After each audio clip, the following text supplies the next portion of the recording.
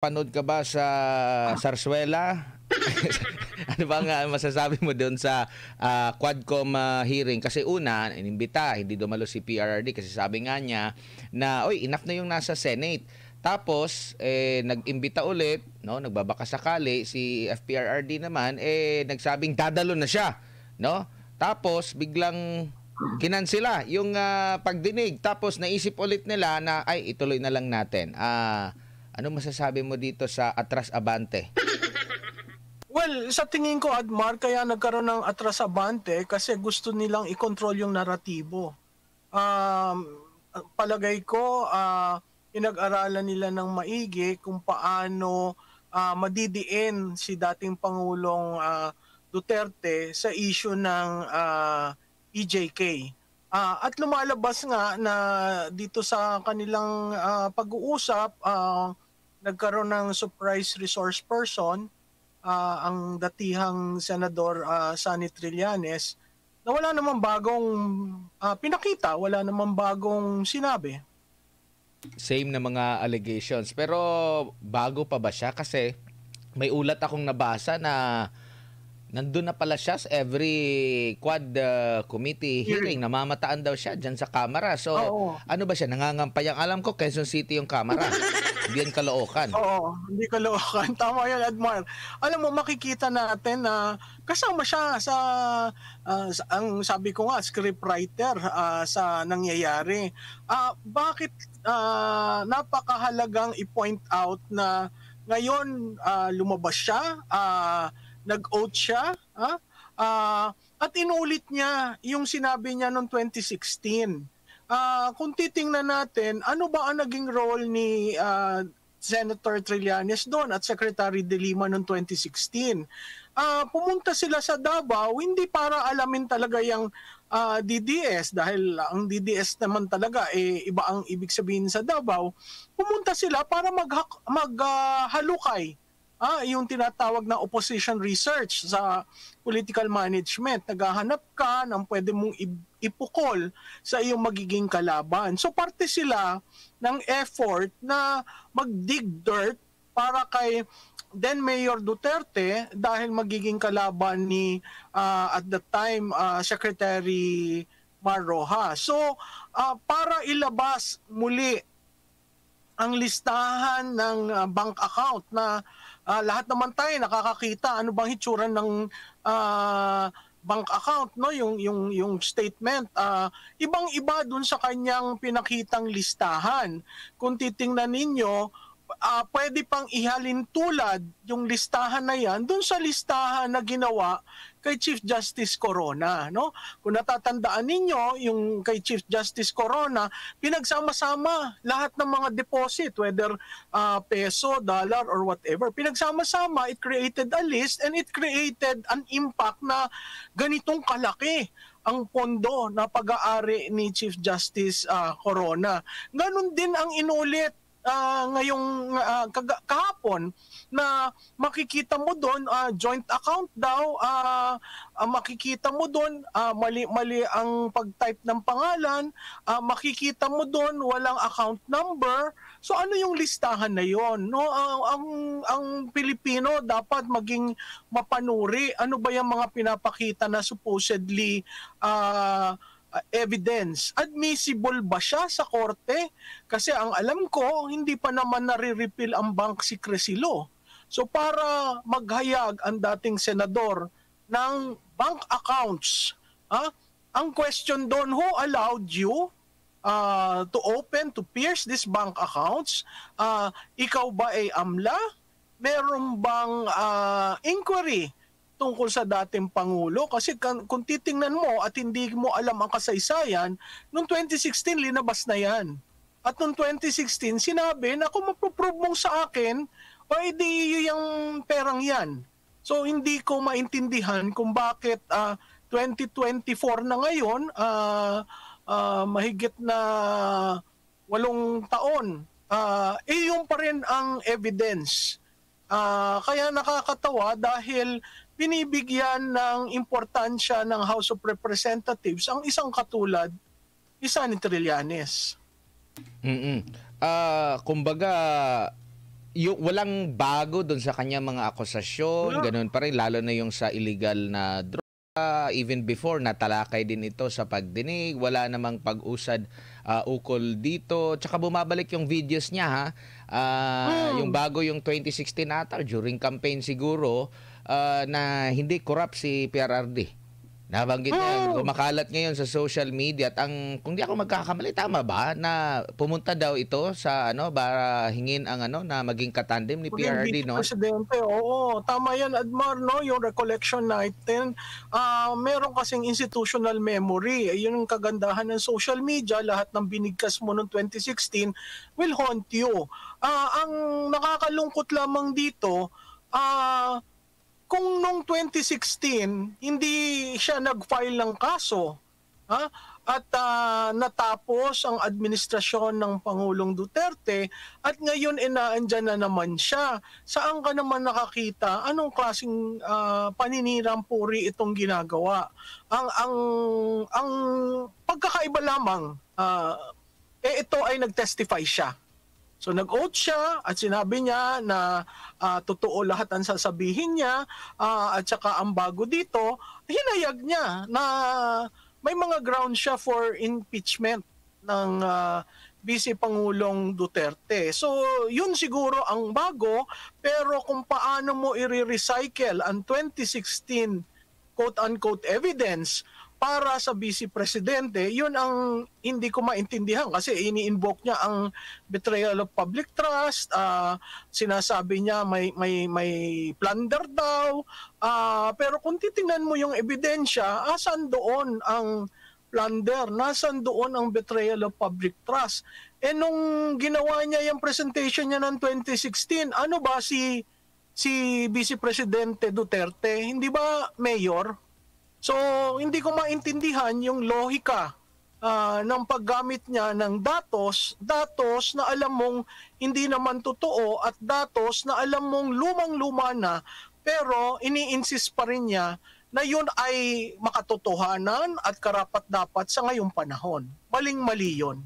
Tsaka sa haba na ng itong mga akusasyon na ito, bakit wala pang kaso na isinampa? Parang napaka-late na nga parang itiniming na nga ngayon itong kaso na ito, lalo na medyo alam mo na yung pag-alyansa ng yung sa Uniteam nagbago, parang sinamantala ito dahil ang naiba na ang landscape ngayon. Dati ang kalaban ng Dilaw ay itong Uniteam nga, no? Grabe nga itong Dilaw kumakabanat kay Bongbong Marcos mula pa noon, no, noong 2016 na elections, sa vice presidential, no? And ngayon parang sila na ang Uniteam at ang naging oposisyon na ay itong sa hanay ng mga Duterte. So kumbaga hindi ito nagkataon lang, Prof. Oo. Hindi yan nagkataon, Admar. Plinano. Ako, I will even say na ang scriptwriter si Sunny Trillanes.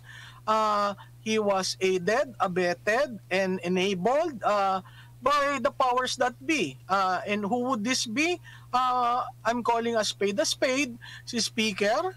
To a certain degree, ang mga tao sa Office of the President, hindi ko alam kung si Presidente Marcos alam ito o ang kanyang First Lady alam na ito, pero alam mo sa politika walang nangyayari na hindi naaalaman ng mga pinuno at walang nangyayari sa politika na hindi pinagplanuhan. Itong nangyari kahapon ay pinagplanuhan.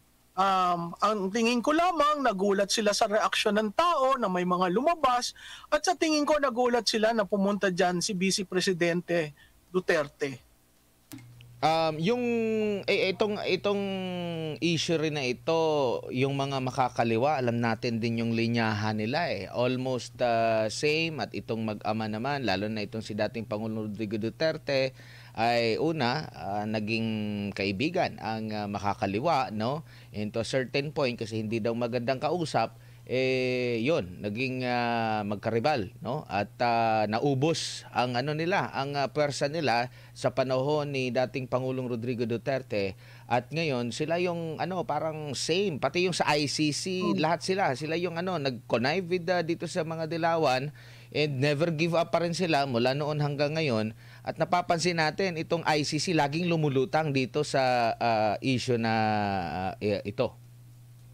Oo, Admar, linyado ang mga kalaban ng Duterte. Linyado na kinokonek sa EJK dahil pag na-connect mo sa EJK, mako-connect mo sa ICC. Hindi ko alam kung paano nila i-connect ang dating Pangulo sa Pogo dahil nga ang sabi meron pang mga sa susunod na araw na kailangan siya ay nandito para mapag-usapan yung Pogo at saka yung may isa pa tatlo yan yung sa Quadcom. So ikaw naman parati mong nakikita parehong personalidad ang nagtatanong, parehong personalidad ang nag-uudyok, parehong personalidad ang nagbabastos. So ito ay ika-11th hearing na. At makikita natin hindi siya normal na committee kasi inaabot hanggang hating gabi. Ang nakakalungkot lamang doon, imbis na ang pondo ay ginugugol para sa karapat-dapat, napupunta sa political persecution. Ito clearly political persecution ito ng Duterte, ng pamilyang Duterte. Naging patas ba itong paglalatag ng mga resource person, kasi nakita natin puro yung sinasabi nilang bad effects daw nitong war on drugs. Wala akong nakita na kahit man lang nag-research sa hanay ng mga kongresista. Parang ang nakita nila is yung mga mali. Pero ang taong bayan, bago bumaba nung pagbaba na sa pwesto ni dating Pangulong Rodrigo Duterte, nagbigay ng mataas na grado. At hanggang ngayon, mataas pa rin ang grado na binibigay ng taong bayan kay dating Pangulong Rodrigo Duterte dahil nga na nagustuhan nila, na ikumpara nila yung panahon noon sa ngayon. Pero iba ang pananaw dito ng mga kritiko. So tingin mo hindi talaga patas itong investigasyon at nakatutok lamang sa pagpapabagsak sa mga Duterte? Admar, hindi patas no? Kaya ako nasabing hindi patas. Supposedly, ang isang congressional hearing ay open to the public. Makikita natin, nung nagsimula ito, merong mga inalaw na mga personalities na makapasok, no? At meron namang ang hindi inalaw na makapasok. Clearly, sa simula pa lang, may naratibo silang gustong iparating, no? Na andon ang mga pamilya ng namatayan, na andon ang mga larawan, di ba? May mga bulaklak pangandala. Pero sa bawat usapin, dalawang panig usually yan. Dito sa usapin ng EJK, ang isang panig ay panig ng victims, na klarado na sinabi ng dating Pangulong Duterte na hindi niya sinasadya kung anong nangyari. Yung sinasabi ng mga medyo hindi gusto yung sinasabi niya, ano ba ang buhay collateral damage? Kailangan natin tingnan yung usapin na yan sa dalawang bagay, isang victim at isang criminals, no? Ikaw as Pangulo, nung ikaw ay nag-oath ng iyong tungkulin bilang Pangulo, isa dun sa sinabi mo, ipapatupad ko ang saligang batas at ang mga batas ng Republika ng Pilipinas. Ang importante dun, programa ng Pangulo, ang public order and public safety. So that is for the common good. Okay? Huwag nating husgahan ang Pangulo dahil sa naratibong ang daming namatay. Hindi ko sinasabing mali yun. Sinabi naman niya, aakuin ko ang responsibilidad niyan. Pero certainly, hindi siya nagsabi na, oy, ikaw, Chief Inspector, mo yan. Very careful siya nung sinasabi niya, pag bumunot ng baril, self-defense. So makikita mo yung train of thought ng dating Pangulong Duterte, napakaingat niya dahil klarado sa kanya, linyado kung sino ang kriminal at kung sino ang biktima. Hindi niya inaasahan na magkaroon ng biktima, pero sa process ng operation may nangyayaring ganon. Alam mo, ang paulit-ulit na sinasabi niya mula sa Senado hanggang dito, he takes full responsibility. That's one. Secondly, that he loved this country more than anybody else. And yung love, yung value, yung virtue na love, ay name-measure mo yan sa paraan ng pagtatrabaho, paraan na pakikitungo sa tao, paraan na solbahan ang problema ng ating bansa, no? Malaking bigat yan sa balikat ng Pangulo kasi kailangan niyang i-weigh ano ba ang mahalaga sa akin? Ang mahalaga ba sa akin magkaroon ng peace and order? Ang mahalaga ba sa akin hindi natatakot ang taong bayan na lumalabas paggabi? Ang mahalaga ba sa akin ang susunod na salinlahi ay hindi influence ng drugs? Sa tingin ko napakaklarado na sinabi ni Pangulong Duterte. Yun ay programa niya. Okay? Kaya yung mga bumabanat, ang bawat Pangulo ho may kanya-kanyang programa. Nagkataon ho dito sa Pangulong ito, si Pangulong Duterte, ang public order and security ang napakahalaga. Kaya yun naman ang ginampanan niya. Kung titingnan natin si dating Pangulong Gloria Macapagal Arroyo, ekonomiya. Kaya nga ginampanan niya, di ba? Kahit na hindi maganda at hindi gusto ng tao yung IVAT, pinagpatuloy niya yun kasi kailangan niyang iahon ang revenues ng gobyerno.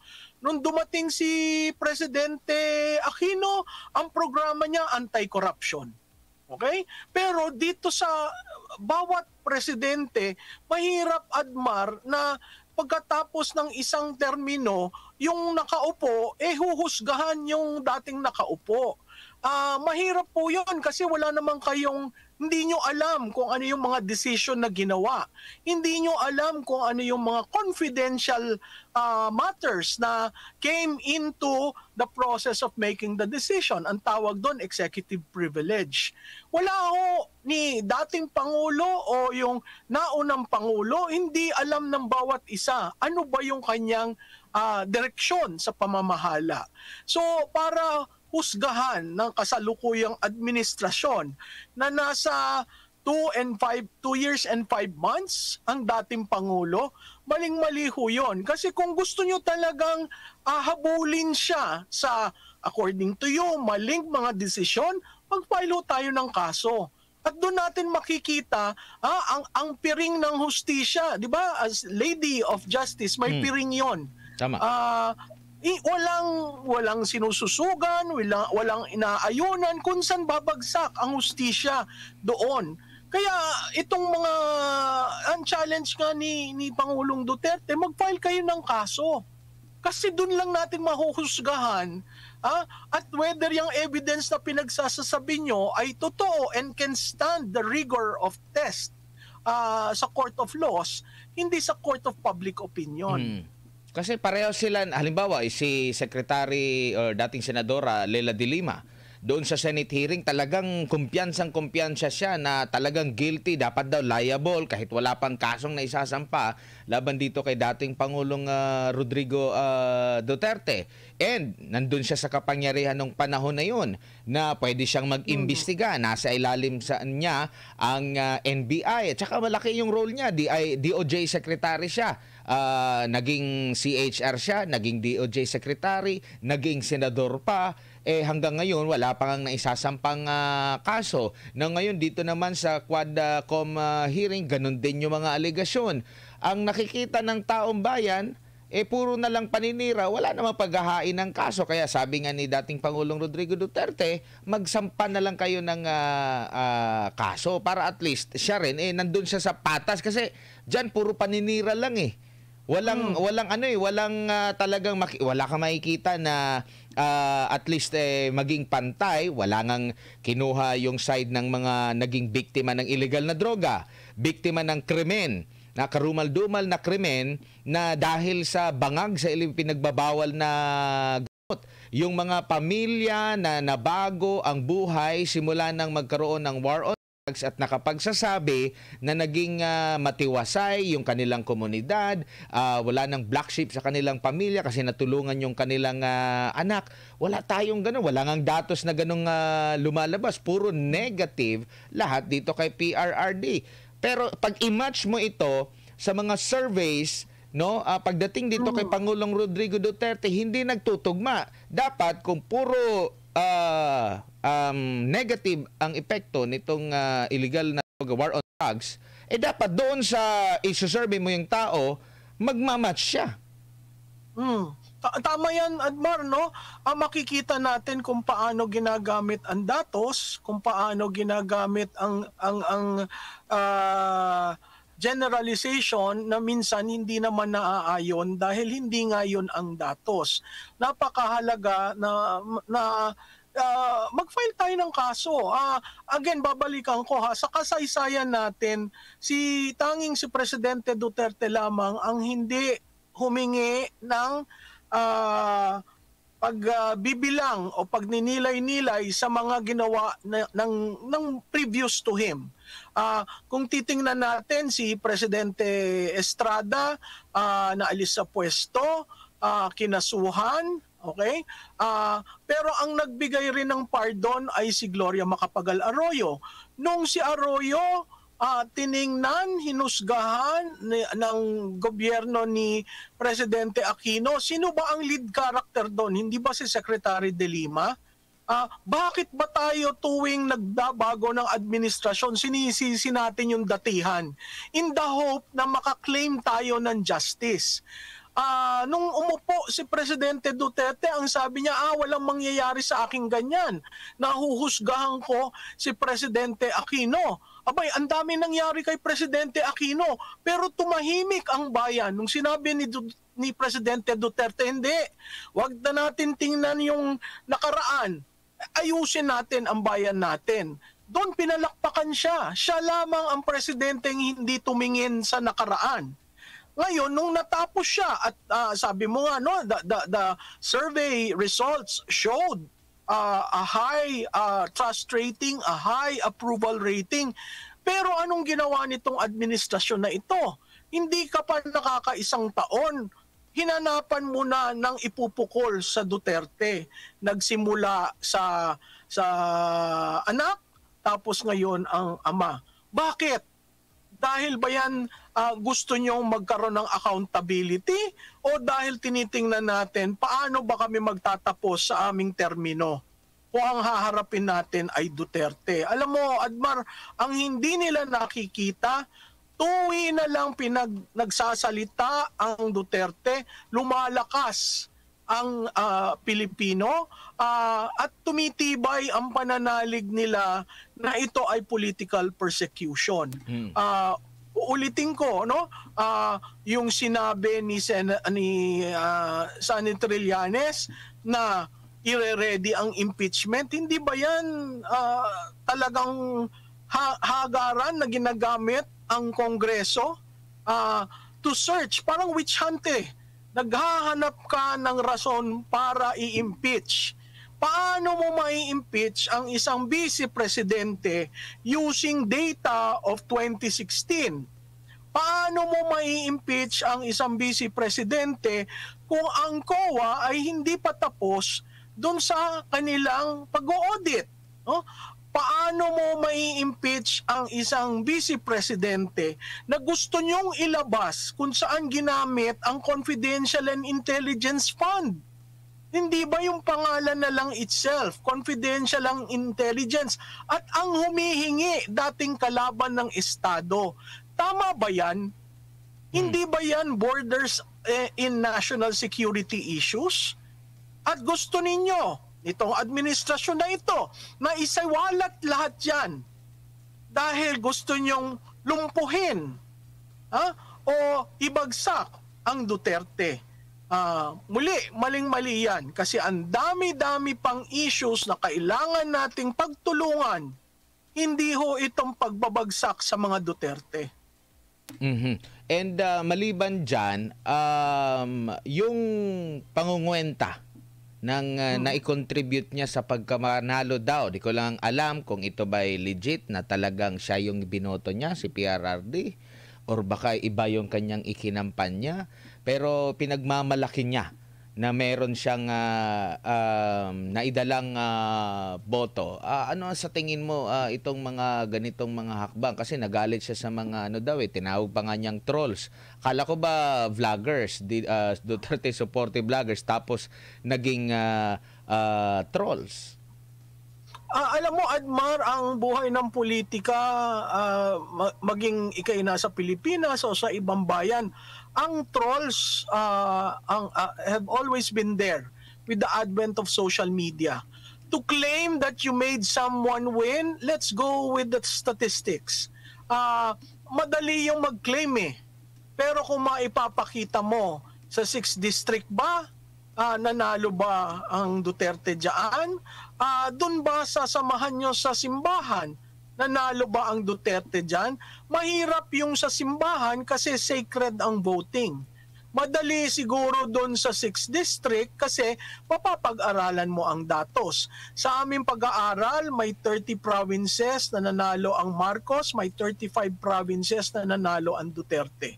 That is based on the 2022 election results. Marami pang pwedeng pag-aralan para ma-determine sino ba talaga ang nakatulong. Pero kung titingnan uli natin, ano ba ang historical average ng Marcos vote? Ano ba ang historical average ng Duterte vote? Makikita natin sa ang Duterte vote, kayang mapanalo ang isang taong hindi kilala. Assistant lamang ng presidente. Yan po ay si Senator Bongo. Ang Duterte vote, kayang gawing number 1 ang pinag-awayan sa 12 na posisyon noong 2022 at yan po ay si Senator Padilla. So kung titingnan natin yan, ang ibabalik kong tanong sa administrasyon, sino ba ang naipanalo nyo? Na on your own. Kasi ang bawat kandidato may baluarte yan eh. Madaling i-establish nasan ang baluarte, madaling i-establish ito ba ay nanalo ba dito ang isang kandidato dahil sa baluarte nyo o nanalo siya dahil sa ibang strategiya na ginamit. Oo, doon pa lang sa hakbang na suyuyuin nila ang si VP Sara Duterte, alam na nila na siguro sa survey nila mahina talaga kasi yun yung inaantay ko rin yung pasabog ni Vice President Inday Sara Duterte, yung internal na survey nila na kung hindi ka tandem si VP Sara ano yung magiging resulta, di ba? Dito tama yan. Yung mga survey, barometro ang survey. It is a snapshot of a point in time. Pwedeng ang prediction magkamali, pero barometro yan to guide everyone. Nakikita mo ba na parang binibigyan lang din nila ng boses at nagpapa-ignite lang sa silent majority ng mga Pilipino itong ginawa nila kay dating Pangulong Rodrigo Duterte? Kasi kung maalala mo, yung sa May Isog Rally, talagang di ko lang alam kung meron bang nagkikater pa na ibang media maliban sa vloggers, andyan yung SMNI. Pero ngayon, dito sa dalawang hearing na ito na dinaluhan ng dating Pangulo sa Senate and dito sa House, lahat ng mga nakatutok talaga. Nakita natin, libo-libo ang mga viewers, bawat channel, sa social media, sa YouTube, sa Facebook, nakatutok lahat. And nakita ko sa mga comment section, nagpapa-ignite lalo nang pagsasabihin ni dating Pangulong Rodrigo Duterte na minsan, di ba, napapalabas niya yung galit niya, yung inis niya during hearing at sasabihin lang niya na galit kasi ako, pagpasensyahan niyo na kasi pag kriminalidad at illegal na droga, galit talaga ako sa kanya. Sa mga ito. Admar, alam mo yung law warfare, yung aggressive languages, na napapag-aralan yan can lead to a heated exchange, can cite people to rise up and do certain things na minsan ayaw mong gawin. Ang kailangan lang nilang maiging intindihin, anong impact nito sa eleksyon? Kasi tayo'y pumupunta sa election period campaign period. So, gusto ba nila na ang Duterte is given a stage? Ang legacy media or mainstream media, kailangan mag-cover yan. Kasi kung hindi nila i-cover, nakikita nyo yung number of views ng sa social media platforms. If the legacy media will not be there to carry the news, there is an alternative source. And that alternative source is defined, binabasihan niya ng personalification ng nakikinig.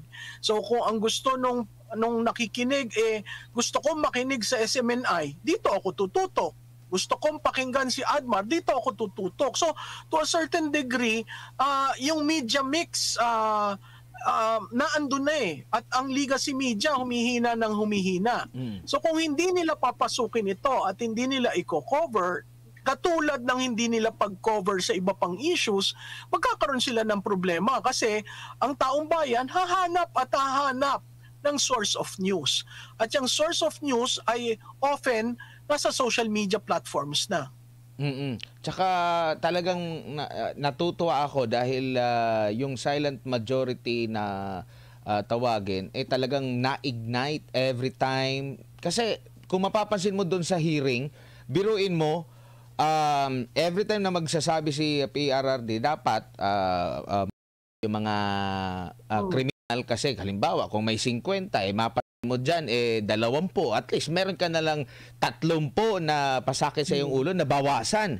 'Di ba? At kung titingnan mo yan sa perspektibo ng mga ordinaryong Pilipino, matutuwa talaga sila kasi mababawasan yung magiging pangamba nila every time na nasa labas sila ng kanilang mga tahanan. And remember, 'di ba mayroong lumabas na survey sa SWS na hindi magtutugma sa datos ng PNP. Sinabi ng PNP bumaba yung krimen, pero ito mismo nararamdaman ng taong bayan na sila pa rin ay takot dahil sa neighborhood nila, sa komunidad na nga nila yan, dahil sa nakawan, dahil dito sa illegal na droga, dahil hindi sila safe tuwing gabi, tumaas yung krimen sa cyber crimes. Ito yung pulso mismo ng taong bayan na every time na makakarinig sila ng mga pahayag na laban dito, for sure, papabor talaga sila kasi ito yung mga pasakit. Hindi pa kasama nga dito yung mga mataas na presyo ng mga bilihin, ng mga topic, Prof. Alam mo, Admar, isa sa gut issues ng mga Pilipino ay ang public order and safety. Gusto mong makaikot sa iyong neighborhood, sa iyong pupuntahan, hindi ka nangangamba na baka may mangyari sa'yo, yun naramdaman. Kasi ang perception is actually experiential. Ang datos is very, very cold yan, ang numbers. But it tells you a story. Ang perception is naramdaman ko, kaya nga yung parating ginagamit na self-rated hunger, mahirap yon i-measure kasi nung ako'y sinervey, baka ako'y gutom. Di ang sasabihin ko, ako'y gutom. So ang perception is very hard to rebut kasi na-experience ng tao. Kung ikaw ay nasa neighborhood na dati tindahan din ng illegal drugs at yun nawala nung panahon ni Presidente Duterte. Experience ko yun. Personal ko yun. So makikita mo ang reaction sa EJK is very personal. Kung ikaw ay may kapamilya na gumagamit ng illegal drugs, personal ko yun. Natuto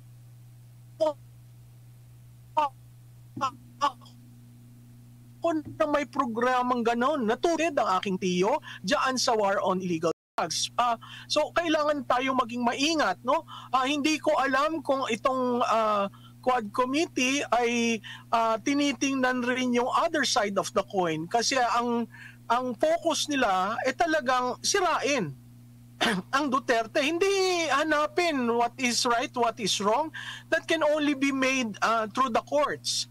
But perception-wise, optic-wise, propaganda-wise, kitang-kita mo ang tinatahak nitong Quad Committee. Oo. And nakikita mo rin ba, Prof, na lahat ng mga, kasi di ba, lumalabas din sa survey ninyo na may say pa rin si dating Pangulo Rodrigo Duterte kapag ito'y mag-endorse talaga. And with this mga development na ito, biruin mo, parang ano siya one versus all. Wala yata, isa lang yata yung nanindigan doon no? Yung Duterte Youth Party List. The rest, talagang pumupukol. Pero mayroon ako nakikitang ilang mga kongresista na pa-play safe dahil sinasabi nila, hindi ito galing sa akin, galing ito sa isang resource person. Alam mo, parang umiiwas din kasi, alam mo na, baka apekto sa kanila. Parang binibigyan pa rin talaga nila ng credit indirectly itong si dating Pangulong Rodrigo Duterte. Pero yung optics na pinagtulungan mo, pinapunta mo doon ng maaga, umabot ng mahigit kalahating araw. 14 hours yata na nandoon ang dating Pangulo, binugbog nyo, kumbaga pinagtulungan, pero parang ang dating is walang ano sa kanya. Kumbaga, makakatulong ba ito lalo na sa mga i-endorso pa ni dating Pangulong Rodrigo Duterte kasi mag-isa lang siya dyan Yun yung optics Ayaw nga pagsalitain at ayaw nga magbigay ng ng mga yung sa council. Every time na pinapagalitan pa nga pag may ibubulong lang. Makinig ka, magganito, ganyan. Alam mo, Admar, may sinabi ang isang chairman dyan yung tungkol sa respeto at deference, no? Iba daw ang pagrespeto, iba daw ang pagde-defer. Alam mo kung ang tao ay rene-respeto mo, you readily defer. Itong ginawa nila na collective na pagbubugbog sa dating presidente, may balik yan sa eleksyon. Itong pagpipilit nila ng naratibo nila na walang naratibong tama kundi sa kanila. Again, titingnan mo, sino ba si Presidente Duterte represents what symbol in Philippine culture? Hindi ba yung outlier, yung tagalabas, na hindi ma-accept ng establishment na ito naging presidente, nagmumura, hindi marunong magsuot ng barong, hindi marunong mag-speak ng the English that Manila is so used to. Yung pagbubuli nyo sa ganon, para nyo nang binuli ang Class DE. Nakakalungkot kasi makikita mo yung great divide doon sa anong tawag doon, yung controlling class versus yung nasa baba, no? At tuwi mong iniipit ang isang Duterte, nararamdaman yon ng ordinaryong tao kasi sila iniipit na sila buong buhay nila, no? At ngayon lang sila makakahinga na may champion kami. At yan champion na yan, pinasalamat nila ng 6 na taon na nanungkulan sa kanila. Ngayong bumaba, gusto nyong durugin. Siguro ang masasabi ko lang, maghintay ho tayo sa darating na Mayo. Ang Pilipino maaring tumatahimik, ang Pilipino nagmamasid.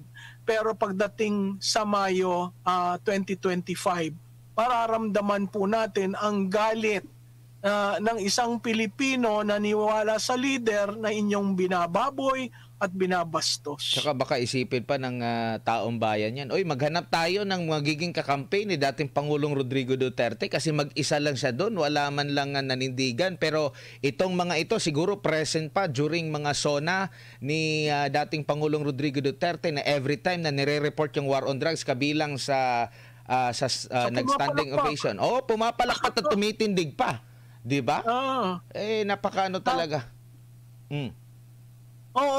Tama ka, Admar. At hindi naman nagbago ang pananalita nitong leader na ito. Akala ko nga dahil sa pagbaba niya sa posisyon at medyo may edad na rin, magbabago ang pananalita, magbabago ang kanyang paniniwala, pero makikita mo consistent siya na ang sa dulo parating sinasabi niya, not during my watch, and I work hard for my term and I will deliver what I promise. So makikita natin ibang uri ang batayan pag sinabi mong Rodrigo Duterte. Hindi siya katulad ng ibang leader. Mhm. Prof, maraming salamat sa inyong oras at panahon. Sa ulitin, ingat po. Mag-ingat sila sa iyo, Prof. Salamat, Admar. Maraming salamat si Professor Malutikia.